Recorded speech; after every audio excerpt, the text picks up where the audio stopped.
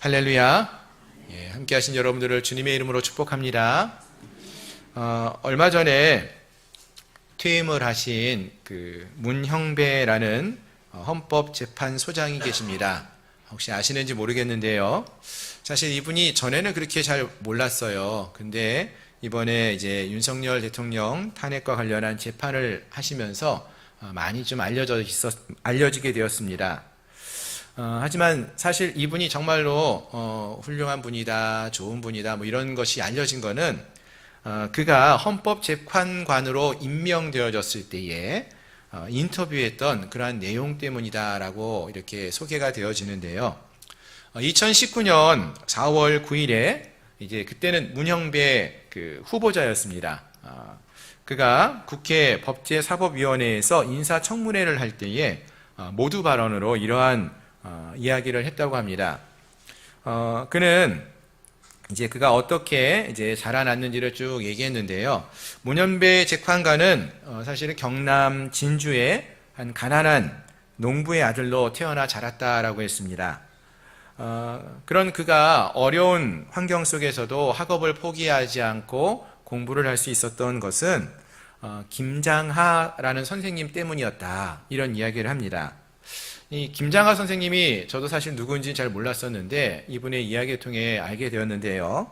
이 김장하 선생님은요, 한약방을 이렇게 운영을 하면서 거기에서 얻은 그러한 수익으로 가지고 그 지역의 어려운 학생들을 돕고 장학금으로 섬기면서 지원하시는 그러한 분이었습니다.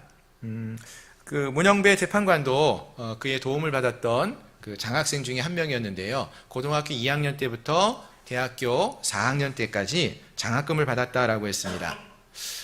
그리고 나서 이 문형배 이제 재판관이 사법고시에 이제 합격한 이후에 1986년에 이 김장하 선생님을 찾아가서 감사의 인사를 전하게 되었다고 합니다. 그러자 그때 김장하 선생님이 이런 말을 합니다.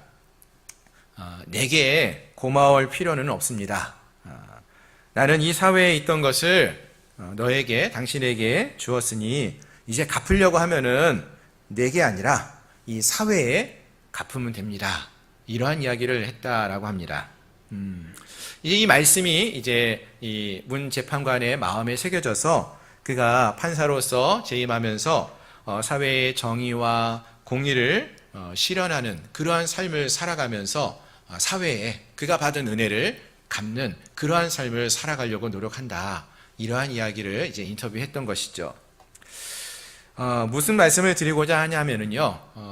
사실은 김장하라는 이 선생님에 대해서는 잘 알려져 있지가 않았었지 않습니까? 그런데 이러한 한 사람의 헌신과 수고가 정말로 공의롭고 정의로운 어떠한 재판관들, 또 지금도 사실은 알려져 있지 않지만 사회 곳곳에서 그의 도움으로 이러한 믿음의, 이런 공의로운 삶을 살아가려고 하는 많은 사람들이 세워져 갈 수 있었던 것이 아닌가, 이런 생각을 해봅니다. 즉, 한 사람의 좋은 스승이 훌륭한 재판관을 만들기도 하고요. 또 이 사회에 필요로 하는 인재를 세우는 그러한 일을 해냈다라는 것을 말씀드리기 원합니다. 마찬가지죠. 오늘 이제 우리가 스승의 주일로 지키는데요. 모든 우리 교회 안에서도 모든 섬기는 분들이 참 많은 수고와 헌신을 하십니다. 그런데 그 중에서도 정말로 많은 수고와 헌신을 하시는 분들이 계셔요. 바로 우리 주일학교와 또 우리 학생회에서 교사로 섬기시는 우리 선생님들이셔요. 이들이 정말로 많은 에너지와 또 수고, 또 헌신을 하면서 아이들을 가리키고 양육하고 있는데요. 이 시간을 빌어서 그들에게 감사와 또 격려의 말씀, 권면의 말씀을 드리기 원하는 것입니다. 여러분들의 수고와 헌신으로 우리 아이들이 믿음으로 잘 성장하게 되는 그런 은혜를 누리고 있습니다. 이 사실을 우리가 기억하시고 지금은 뭐 그 아이들이 아직은 어리고 어떤 변화가 없어 보이지만 이 아이들이 장차 우리나라에 또 우리 교회에 또 우리 가정에 귀한 믿음의 사람으로 귀한 일꾼으로 성장하게 될 것임을 믿고 포기하지 마시고 한국교회의 귀한 일꾼으로 성장할 저들을 위하여 기도해 주시고 또 말씀으로 잘 양육하는 이 귀한 사역을 끝까지 잘 감당해 주시기를 부탁드립니다. 아멘. 예, 저뿐만 아니라 함께하는 우리 성도님들도 같은 마음으로 함께 이 귀한 마음으로 저들을 위해 기도해 주시면 좋겠습니다. 또 우리를 이렇게 믿음으로 잘 살아갈 수 있도록 함께 가르쳐 주셨던 그러한 선생님들이 계시다면은 이 시간 기억하시면서 그들을 위해 기도도 해주시고 또 감사를 표현할 수 있는 그러한 우리가 되면 좋겠습니다. 예, 아멘. 예, 사실 세상에서도 사실 우리가 스승의 날 그러면은 어떻게 합니까? 학교 선생님들을 찾아가서 감사하다라고 꽃도 달아드리고 또 이렇게 감사하다는 말을 전하고 있는데, 예, 우리 믿음의 스승들한테도 우리가 감사하다는 말을 꼭 잊지 않고 전해주시고 또 기도해 주시면은 참 좋겠다라는 생각을 해봅니다. 아멘. 이런 은혜가 함께하기를 소망합니다. 자, 이제 오늘 말씀을 함께 살펴보기 원합니다. 오늘 말씀은요, 이제 드디어 창세기의 마지막 단락의 말씀을 살펴보게 됩니다. 그동안 우리가 이제 요셉의 이야기를 쭉 살펴보았는데요. 이 믿음의 사람 요셉의 인생의 가장 마지막 단락의 이야기를 이제 오늘 우리가 살펴보게 됩니다. 먼저 오늘 본문의 15절 이하의 말씀을 보시면은 지난 시간에 우리가 살펴보았듯이 요셉의 아버지였던 믿음의 사람 야곱이 죽었다라는 이야기로부터 오늘 본문이 시작합니다. 자, 그런데 이같이 야곱이 죽자 불안해하는 사람들이 나타납니다. 누군가 보니까요, 요셉의 형들이 두려워했다라고 했어요. 왜냐하면은요, 예전에 자기들이 이 요셉을 애굽의 노예로 팔았던 일들이 생각나는 거죠. 근데 그 전까지는 아버지가 살아계시니까 그래도 좀 덜 두려웠는데, 아버지까지 죽고 나니까 혹시라도 요셉이 과거에 자신들이 행했던 그 일에 대해서 복수하겠다고 하면 어떡할까라는 두려움이 생긴 것입니다. 그래서 동생 요셉을 찾아옵니다. 그리고 다시 한번 우리를 용서해 주십시오라고 이렇게 말하고 있다는 것입니다. 자, 그러자 이러한 형들의 모습을 보면서 요셉은 어떻게 반응을 합니까? 17절 보니까 요셉은 형들이 이렇게 두려워하는 모습을 보면서 울었다라고 말을 하지요. 또 19절 이하에서는 이런 말도 합니다. 우리 19절 이하 말씀을 다시 한번 보시면은요, 요셉이 그들에게 이르되 두려워 마소서, 내가 하나님을 대신하리이까. 당신들은 나를 해하려 하였으나 하나님은 그것을 선으로 바꾸사 오늘과 같이 많은 백성의 생명을 구원하게 하시려 하셨나니 당신들은 두려워하지 마소서, 내가 당신들과 당신들의 자녀를 기르리이다. 이렇게 말을 하면서 위로했다라고 했습니다. 자, 여기서 보시면은요, 요셉은 형들에게 두려워하지 말라고 이렇게 여러 번, 2번이나 반복해서 말하고 있습니다. 그러면서 왜 두려워하지 말라고 하냐면은 이 일은 하나님이 행하신 일이다. 그러니 두려워하지 않아도 된다라고 말을 하는 것입니다. 형들이 나에게 악을 행했었지만 그것은 형들이 행한 것이 아니라 하나님께서 악을 선으로 바꾸셔서 더 놀라운 일을 행하신 것이니까 두려워하지 말라, 이렇게 말을 하는 것이죠. 그러면서 거기까지 얘기해도 충분한데 한 가지 더 이야기하죠. 예, 형들과 그의 자손들을 내가 기르겠습니다, 돌보겠습니다, 양육하겠습니다, 이렇게까지 말을 하고 있습니다. 자, 즉 요셉은 보이는 사람들인 그의 형들에 의해서 자기의 인생이 결정되는 것이 아니라 보이지 않지만 하나님이 자기의 인생에 개입하셔서 주관하셨다라는 사실을 믿고 보이는 사람을 원망하지 않고 하나님을 믿습니다 라고 이렇게 고백을 하고 있는 것입니다. 그리고 또 그런 믿음이 있었기 때문에 이제 요셉은 그의 인생의 그 마지막 사역을 내가 이제 실행하겠습니다 라는 결단도 함을 보여주고 있습니다. 바로 요셉의 형들과 형들의 자녀들, 그리고 또 물론 자기 자녀들도 있죠. 에브라임과 므낫세, 또 그의 자녀들까지 맡아서 내가 기르겠습니다, 내가 책임지겠습니다, 양육하겠습니다 라고 말하면서 결단을 하게 됩니다. 즉 앞에서 20절에서 보시면은요, 요셉은 하나님이 요셉의 형들이 요셉을 해하려 했던 것을 그러한 악을 선으로 바꾸어서 많은 백성을 구원하게 하셨다라고 이렇게 말을 하였는데, 그래서 이제 요셉도 어떻게 행하느냐 하면은요, 형들의 악을 악으로 갚지 않고 선으로 갚겠다라고 이렇게 말하고 있습니다. 사실 우리가 세상은요, 악한 자를 어떻게 바꾸려고 합니까?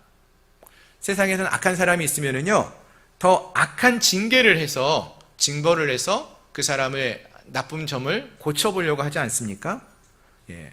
그래서 더 무거운 형벌을 가하게. 그래서 너 이런 악을 행하면은 안 된다라는 것을 깨우쳐 가르쳐 주려고 합니다. 근데 우리 잘 아는 어린이들 동화에 보면은요, 이런 이야기 있죠. 햇님과 그리고 비바람, 구름 이야기 있지 않습니까? 거기 보면은 어느 사람이 두꺼운 외투를 입고 길을 가는데, 그 옷을 벗겨내려면 어떻게 합니까? 비바람이 강하게 내리치면 어떻게 해요? 더 강하게 옷을 안 뺏기려고 막 붙들고 나가는데, 따스한 햇볕이 내리치면은 더워서 옷을 벗는 그러한 이야기가 있지 않습니까? 하나의 예화인데요. 바로 이 이야기를 해주는 것이죠. 요셉이 악을 악으로 갚지 않고 하나님의 성품과 같이 선으로 갚음으로써 이 요셉의 형들의 변화를 이끌어낼 수 있었던 것, 그 이야기를 해주는 것과 같다는 것입니다. 마찬가지입니다. 함께한 우리들도 하나님께서 우리의 죄를 사하시기 위해서 아들 예수를 십자가에 내어주시는 사랑을 베풀어 주셨고, 그 사랑으로 우리가 변화된 것처럼, 또 요셉의 형들에게 요셉이 악을 선으로 대하여 준 것처럼, 이 일은 믿음이 있는 자들만 할 수 있는 것이거든요. 그러한 믿음을 갖고 우리도 하나님의 사랑과 은혜로 용서함을 받아 삶을 살아가고 있음을 기억하며, 우리도 그러한 은혜와 사랑을 나눌 수 있는, 그러한 사랑으로 삶을 살아갈 수 있는 그러한 놀라운 은혜가 우리에게 있기를 소망합니다. 아멘. 자, 다시 본문으로 돌아가서 보시면은요, 이제 22절 이하에서 이제 요셉이 드디어 죽음에 이르는 그러한 모습을 볼 수 있습니다. 요셉이 죽는 이야기가 나오는데요. 근데 이러한 요셉의 죽음을 기록하는 본문에서 어떤 이야기가 나옵니까? 요셉이 그의 아들과 자손들을 양육하는 이야기가 나온다라는 것입니다. 그래서 그 앞절에서 보시면은 21절에서는 요셉이 그의 형들과 형들의 자녀들을 기르겠다 이렇게 말을 했었죠.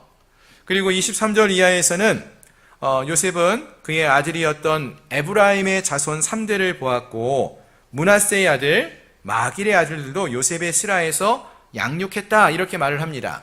예.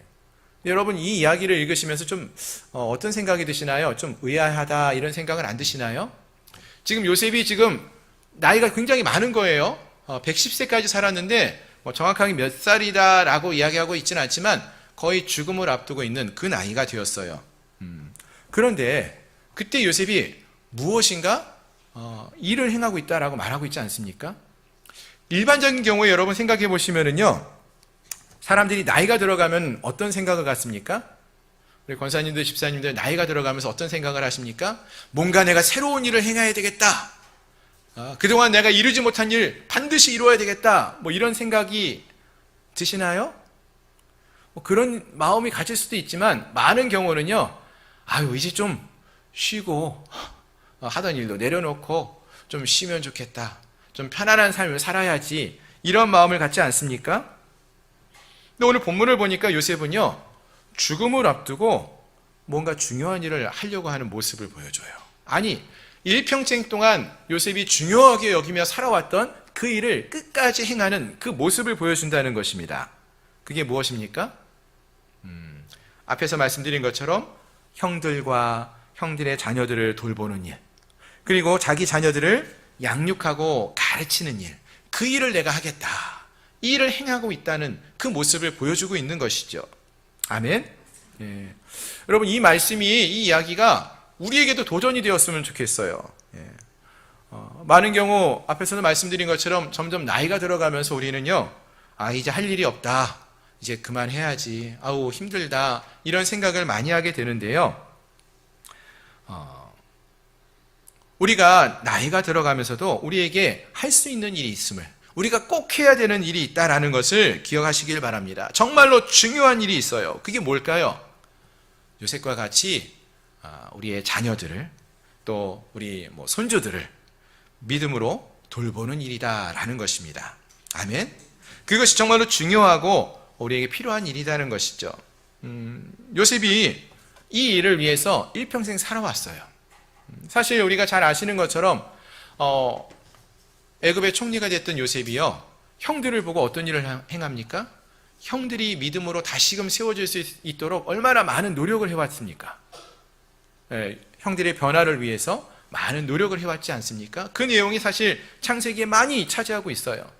그 이후에도 야곱이 다시 애굽에 내려올 수 있도록 또 인도해 왔고요. 또 계속 마지막에 이야기하는 것이 내가 형들의 자녀들을 돌보겠습니다. 먹이겠다라는 얘기만 하는 게 아니라 그들의 삶을 말씀으로 양육하겠다라는 그 이야기입니다. 또 자기의 자녀들을 말씀으로 양육하는 모습도 보여주고 있다라는 것입니다. 그러한 모습들이 우리에게 필요하다는 것이죠. 그러면 요셉은 어떻게 이들을 양육하고 돌보았습니까? 양육하는 그 내용이 어떤 내용을 가리켰느냐? 단지 먹고 입히는 것만이 아니라 무엇인가를 가르쳐주고자 했다는 것인데요. 20절을 보시면 이러한 이야기를 요셉이 그들의 형들에게 했었습니다. 하나님은 악을 선으로 바꾸시는 분이라는 것을 이야기해주고 있어요.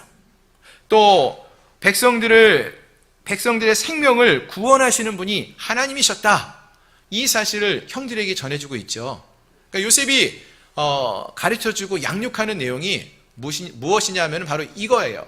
하나님이 어떠한 하나님이신지, 내 인생 속에서 역사하셨던 그 하나님이 어떤 하나님이신지, 악이 우리의 인생에 주어진다 할지라도 그것을 선으로 바꾸실 수 있는 하나님이 우리가 믿는 하나님이다.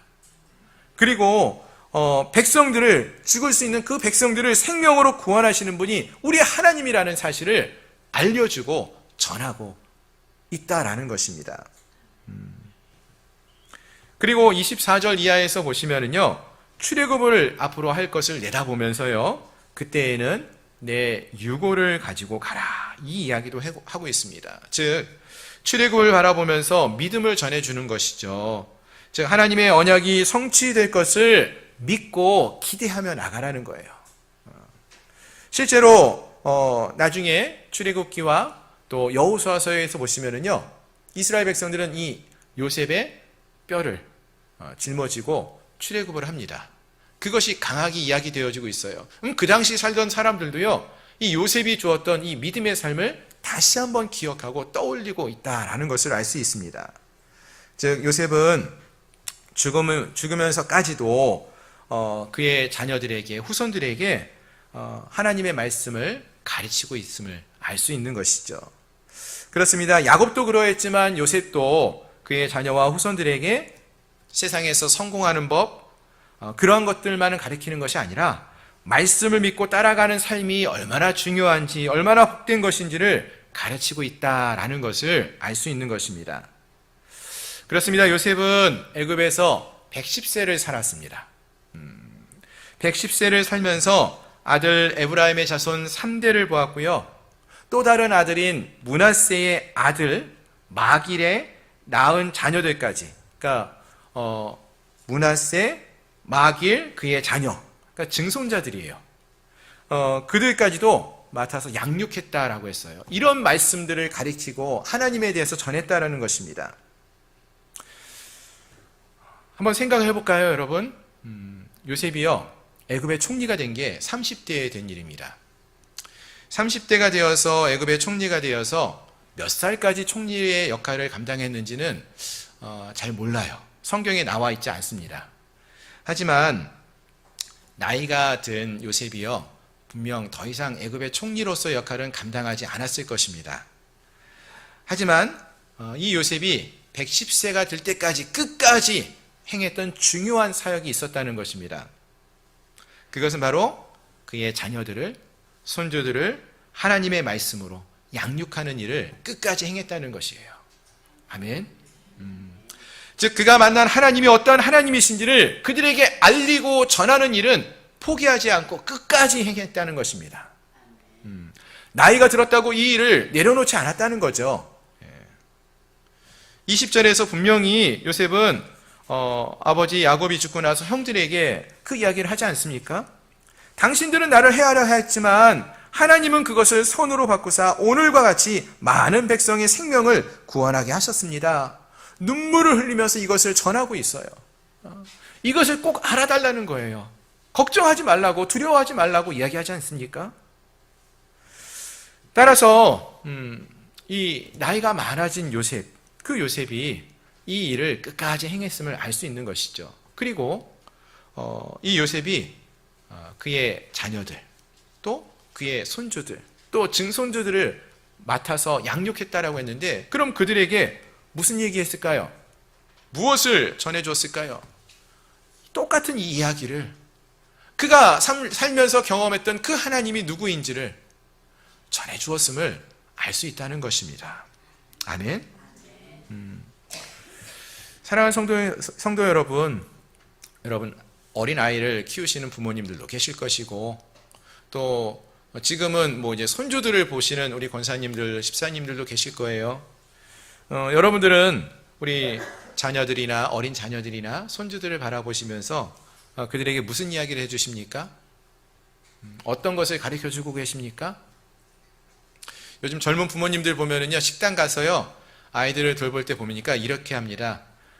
이제 식사를 하시려고 핸드폰을 딱 켜가지고 딱 세워줘요.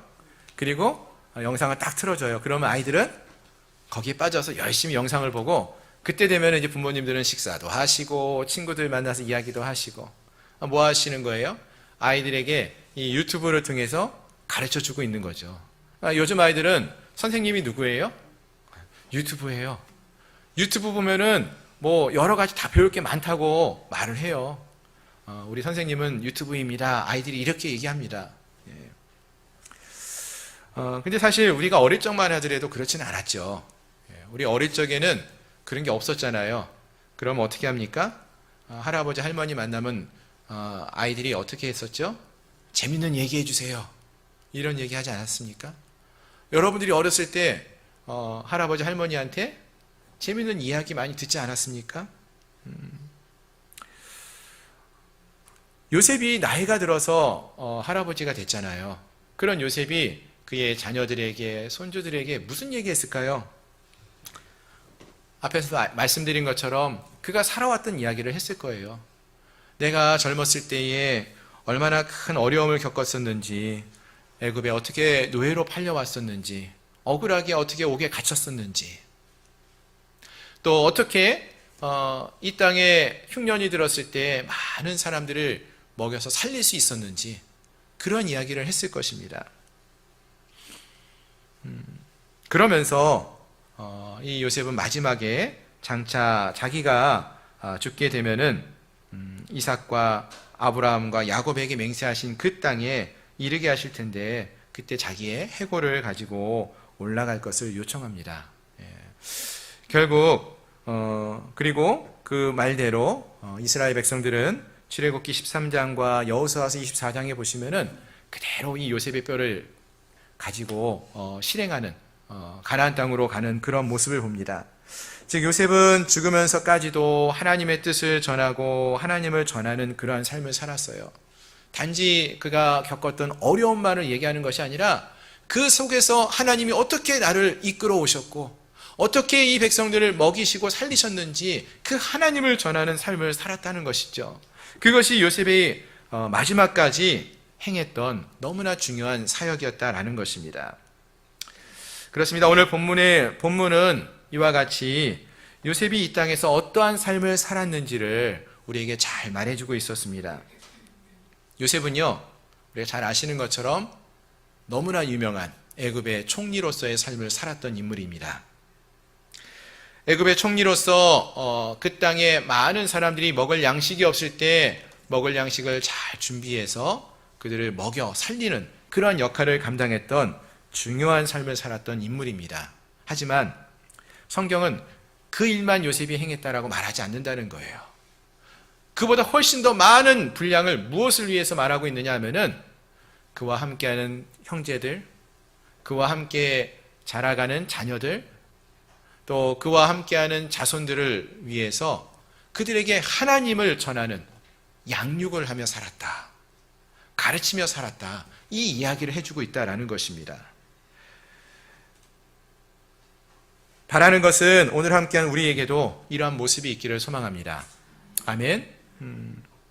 우리의 삶을 통해서 우리가 이 세상 속에서 요셉이 애굽의 총리로서 큰 일을 행했던 것처럼 우리가 이 사회에서 이 세상 속에서 큰 일을 행할 수 있는 그러한 사람이 되는 것도 너무나 중요합니다. 그런 일을 할 수 있다면 너무나 감사하죠. 하지만 그것으로 끝나는 것이 아니라 우리가 이 땅을 살아가면서 우리의 삶을 통하여서 하나님을 알지 못하는 사람들이 하나님을 만날 수 있는 축복의 통로가 되고요. 무엇보다도 우리와 함께하는 자녀들이 또 우리와 함께하는 손주들이 하나님을 알 수 있도록 믿음으로 그들을 잘 양육할 수 있는, 우리가 만난 하나님을 전할 수 있는 그러한 삶을 살아가는 저와 여러분들이 될 수 있기를 주님의 이름으로 축원합니다. 아멘. 자, 한 가지만 더 마지막으로 살펴보기 원하는데요. 요셉은 이렇게 일평생을 정말로 하나님을 전하는 삶을 살았습니다. 그의 가족들에게, 자녀들에게, 믿지 않는 사람들에게 하나님을 전했죠. 그러면 이렇게 요셉이 말씀을 가르치고 양육했던 그 결과는 어떻게 되었을까요? 오늘 창세기 말씀 이제 50장 끝났잖아요. 근데 오늘 말씀을 읽어보니까 요셉은 일평생 동안 이렇게 열심히 하나님을 전했어요. 그렇죠? 하나님이 어떤 분이신지를 자녀들에게, 자손들에게 양육하며 가르쳐 주었어요. 근데 그 결과가 어떠한지는 사실 창세기에서는 잘 찾아보기가 어렵습니다. 정확하게 그 내용이 나오진 않습니다. 조금은 아쉽죠. 우리도 열심히 복음을 전했는데 그 결실이 없으면 아쉽잖아요. 그렇죠? 그런데 놀랍게도요, 이 창세기 말고 그 뒤에 나오는 성경의 말씀들을 보면은요, 이 요셉이 행했던 일들에 대한 결과에 대해서 우리가 생각해 볼 수 있는 말씀들이 있어요. 자, 먼저 우리 오늘 본문의 말씀을 한번 보시면은요, 50장 23절을 보시면은요, 아까 이런 말씀들이 있었습니다. 에브라임의 자손 3대를 보았으며 므낫세의 아들 마길의 아들들도 요셉의 스라에서 양육되었더라, 이렇게 말을 했습니다. 자, 그런데요, 이제 이 이야기는 여기서 끝나는 것으로 생각되는데 나중에 출애굽한 이후에 이스라엘 백성들이 광야에서 40년간 방황을 합니다. 한 몇백 년이 흐른 뒤에요. 근데 그곳에서 이 사람들의 이름이 등장을 합니다. 먼저 우리 민수기 27장, 우리 화면에 한번 띄워놨는데요. 1절 말씀만 같이 한번 읽어볼까요? 시작. 요셉의 아들 므낫세의 종족들에게 므낫세의 현손 마길의 증손 길르앗의 손자 헤벨의 아들 슬로브앗의 딸들이 찾아왔으니 그의 딸들의 이름은 말라와 노아와 호글라와 밀가와 디르사라. 아멘. 여기 보면은요, 이 슬로보앗의 딸들이 등장을 하는데요. 이 사람들은 누구냐 하면은요, 이제 앞으로 출애굽한 이스라엘 백성들이 가나안 땅에 들어가려고 하는데 아직 들어가기 전에 있는 사람들입니다. 근데 하나님께서 이제 약속의 땅에 들어가면은 그 땅을 각 지파별로 땅을 분배해 준대요. 근데 이 당시에 땅은 아들에게 이것이 이렇게 흘러가는 그러한 가문에 주어진 축복이 되는데요. 이 슬로보앗이요, 아들이 없었어요. 그럼 누구만 있어요? 딸들만 있어요. 그러니까 이 딸들이 뭐라고 말하는 거예요? 우리들에게도 하나님이 주시기로 약속한 그 땅에 들어갔을 때 그 땅을 주십시오. 이걸 요청하는 사람들이에요. 이것을 하나님이 기뻐하신다라고 말씀하시거든요. 근데 중요한 것은 지금 눈에 보이는 땅, 이 땅, 내 땅, 우리 아버지 땅, 내게도 유산 주십시오, 이 얘기가 아니라 아직 가나안 땅에 들어가기 전에 앞으로 하나님이 우리를 가나안 땅에 들어가게 하실 것을 우리는 믿습니다. 그러니 그곳에서 주어질 그 땅을 우리에게도 주시겠다라고 허락해 주십시오.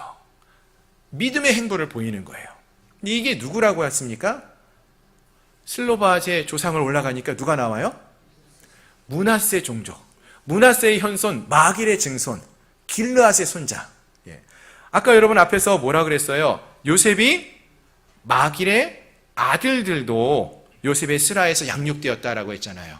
마길의 자손들을 요셉이 양육했거든요. 그랬더니 수백 년이 흘렀는데 그 후손들 중에 믿음의 모습을 보이는 사람들이 이렇게 있었다라는 걸 말해주고 있어요. 또 민수기 32장 39절로 42절 말씀도 한번 보기 원하는데요. 화면을 보고 함께 읽겠습니다. 시작. 므낫세의 아들 마길의 자손은 가서 길르앗을 쳐서 빼앗고 거기 있는 아모리인을 쫓아내매 모세가 길르앗을 므낫세의 아들 마길에게 주매 그가 거기 거주하였고 므낫세의 아들 야일은 가서 그 촌락들을 빼앗고 하봇 야일이라 불렀으며 노바는 가서 그 낫과 그 마을들을 빼앗고 자기 이름을 따라서 노바라 불렀더라. 아멘.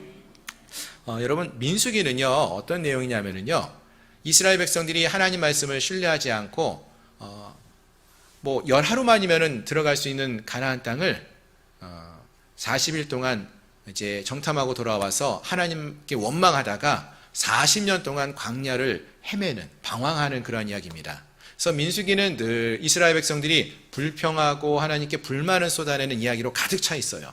그런데 그 민수기의 말씀 속에서요, 그럼에도 불구하고 하나님 말씀을 믿고 신뢰하는 사람들이 몇 명 이렇게 나타나는 부분들이 있어요. 근데 그 대표적인 사람들이 누군가 보니까요, 므낫세의 아들, 그 후손들이었다. 마길의 아들들, 그 후손들이었다라고 말을 해요.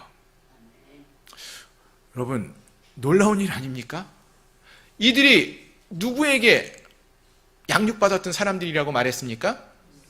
요셉에게 말씀으로 양육을 받았던 사람들이에요. 어찌 보면은 요셉은요, 이들을 말씀으로 하나님이 어떤 하나님이신지를 가르쳐주고 전하고 그들이 어떤 삶을 살았는지는 보지 못했을 거예요. 왜요? 요셉은 애굽에서 죽었잖아요. 근데 수백 년이 흐르고 나서 봤는데 그 자손들이, 그 후손들이 어떤 삶을 살고 있습니까? 모두가 불평하고 불만스럽게 이 세상 속에서 믿음을 지키지 않고 어둠의 삶을 살고 있는 그때에 별처럼 믿음의 삶을 살아가고 있는 그러한 인물들이 되어 있다라는 거예요. 어떻게 그 일이 가능했어요? 요셉이 말씀으로 그가 만난 하나님을 포기하지 않고 끝까지 전하고 가르치고 알려주었기 때문에 이 일이 수백 년이 지나서도 나타나고 있다는 것입니다. 아멘. 요셉의 스라에서 자랐던 마길의 자녀가 어두운 민수기의 밝은 빛이 되어 있는 모습을 봅니다. 그렇습니다. 애굽에서 요셉은요, 이렇게 성공한 총리로서만 삶을 살아간 인물은 아니었습니다. 먹을 양식이 없는 자들에게 양식만 준 자로 기억되는 자가 아니었습니다. 요셉은 그의 형들과 그의 자녀들을 하나님의 사람이 될 수 있도록 이끄는 일에 일평생 수고했던 자입니다. 출애굽과 약속의 땅으로 이끄는 그 믿음의 길로 그 후손들이 갈 수 있도록 힘을 다해서 말씀으로 믿음으로 양육하는 일을 했던 그러한 인물이었습니다. 이러한 수고가 울며 뿌렸던 그 씨가 수백 년이 흐른 뒤에 믿음의 결실로 나타나는 모습을 우리는 성경의 말씀을 통하여 살펴볼 수 있는 것입니다. 바라는 것은 함께한 우리 성도님들의 삶 속에서도 이런 놀라운 은혜가 있기를 소망합니다. 여러분들의 자녀들에게 낙심하지 말고 포기하지 말고, 여러분들의 가족들에게 낙심하지 말고 실망하지 말고 우리가 만난 하나님을 알리고 전하는 그러한 삶을 살 수 있기를 소망합니다. 사랑으로 그들을 대하여 주시고 또 말씀을 우리가 만난 그 하나님을 전했을 때에 하나님께서 반드시 그들을 변화시키는 놀라운 일이 있을 줄로 믿습니다. 하나님 나라의 귀한 일꾼들로 므낫세의 후손들이 사용되는 것처럼 그런 놀라운 역사가 일어날 줄로 믿습니다. 이런 놀라운 일이 우리 모두에게 있기를 소망합니다. 아멘. 말씀을 정리하겠습니다. 여러분들 혹시 우리의 인생의 마지막을 생각해 보셨습니까? 우리가 어떠한 인생을 마무리하기를 여러분은 원하십니까? 이런 말이 있습니다. 어떤 사람은 내가 내일 지구가 멸망한다면은 나는 오늘 한 그루의 사과나무를 심겠습니다. 이런 이야기가 있죠. 어떤 내용인지 아시나요? 세상이 내일 끝난다 할지라도 나는 오늘 내가 할 일을 최선을 다해서 행하겠습니다 하는 어떤 희망과 책임감에 관련된 그런 이야기를 보여줍니다. 사실 사과나무는요, 얼마 전에 우리 청송 지역에서도 이제 큰 불이 나서 사과나무가 많이 탔다고 하는데요. 그쪽 지역에서 사과 농사를 못 짓는데요. 왜냐하면은 이 사과나무는요, 심어서 나무가 자라서 열매를 맺는 데까지는 꽤 오랜 시간이 걸린대요. 한 10여 년 이상. 상품성 있는 사과가 나오려면은. 근데 이제 그 지역이 한 10년쯤 지나면은 일기가 바뀌어가지고 사과가 이제 자라나질 않는다는 거죠. 그러니까 이제 더 이상 사과 농사를 못 짓는데요. 즉, 나무가 어느 정도 자라야지 이렇게 어떠한 열매를 맺을 수 있는데, 농부들은 그때까지 묵묵히 기다리면서 소망하면서 나무를 키워가는 거죠. 그에 비해서 우리는 어떤 일을 합니까? 지금 우리는 뭐 사과나무를 심는 농부는 아니지만 하나님께서 여러분들에게, 우리에게 가정마다 자녀를 허락하시고 또 뭐 교회에서 말씀으로 가리키는 믿음의 다음 세대를 우리에게 붙여주십니다. 즉 우리가 그들을 잘 세우는 일을 감당할 수 있어야 한다는 것입니다. 이 일이 며칠 하고 바로 결실이 있는 일이 아니라는 거예요. 사과나무처럼 오랜 시간 동안 수고하고 애를 써야 하는 일입니다. 사과나무는 한 10년쯤 지나면은 그 열매가 좀 상품성 있는 열매가 맺어진다고 했는데, 교육은 세상에서도 이런 얘기를 합니다. 교육은 100년지 대계. 무슨 말이에요? 그 교육이 제대로 서기 위해서는 100년의 계획을 갖고 세워야 한다, 이런 얘기 하지 않습니까? 먼 일을 내다보면서 끝까지 포기하지 말고 여기에 열심을 내어야 한다라고 세상도 말을 합니다. 그렇습니다. 우리는 눈앞에 보이는 어떠한 결실이 일어나지 않는다는 모습으로 인하여서 하나님의 다음 세대를 말씀으로 양육하는 일, 가르치는 일을 포기해서는 안 된다는 것이죠.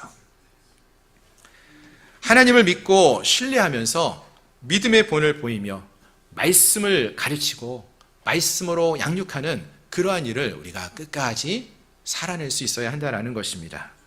그러면은 하나님께서는 분명 놀라운 열매가 맺을 수 있도록 일을 행하실 줄로 믿습니다. 오랜 시간 동안 물론 우리가 준비해야 되고요, 헌신해야 합니다. 그랬을 때에, 그러할 때에 이런 놀라운 결실이 맺어질 줄로 믿습니다. 그런 면에서 오늘 본문에 나오는 요셉은요, 어찌 보면은 100년지 대계를 내다보면서 교육을 했던 아주 훌륭한 교사였고 부모였습니다. 아멘. 예. 요셉은 세상에서 그의 자녀들에게 세상에서 어떻게 해야 좋은 학교에 갈 것인지, 또 좋은 직장을 얻을 수 있는지, 어떻게 해야 성공한 삶을 살 수 있는지, 어떻게 해야지 편안한 삶을 살 수 있는지, 이런 것을 가르쳐 주었다라는 이야기는 나오지 않습니다. 성경에는. 하지만 이 요셉은 그가 나이가 많아졌을 때 더 이상 애굽의 총리와 같은 일을 감당하지는 못했어도 그가 끝까지 포기하지 않고 관심을 갖고 행하여 왔던 것, 그 일이 바로 그의 형제와 그의 형제들의 자녀들을 양육하고 돌보는 일, 또 자기 자녀들과 자기의 손자들을 믿음으로 양육하며 돌보는 일을 포기하지 않고 110세가 될 때까지, 죽음을 앞둔 그때까지, 아니 죽으면서까지도 내 해골을 애굽에서 가지고 나가달라고 이렇게 가르치면서 가르쳤던 그러한 믿음의 사람들이었습니다. 그가 그동안 살아오면서 삶 속에서 만나고 경험한 그 하나님이 어떠한 하나님이신지를 전해주고 알려주는 정말로 가장 훌륭한 부모였고 교사였다라는 것입니다. 바라는 것은 함께한 우리 모두가 이 요셉과 같이 훌륭한 교사로 또 훌륭한 부모로서의 믿음의 본을 보이며 살아갈 수 있는 주의 백성들이 되시기를 주님의 이름으로 축원합니다. 아멘. 그렇습니다. 우리가 우리의 자녀를, 다음 세대를 믿음으로 세워가는 일은요, 나무를 키우는 것처럼 많은 수고가 있어야 합니다.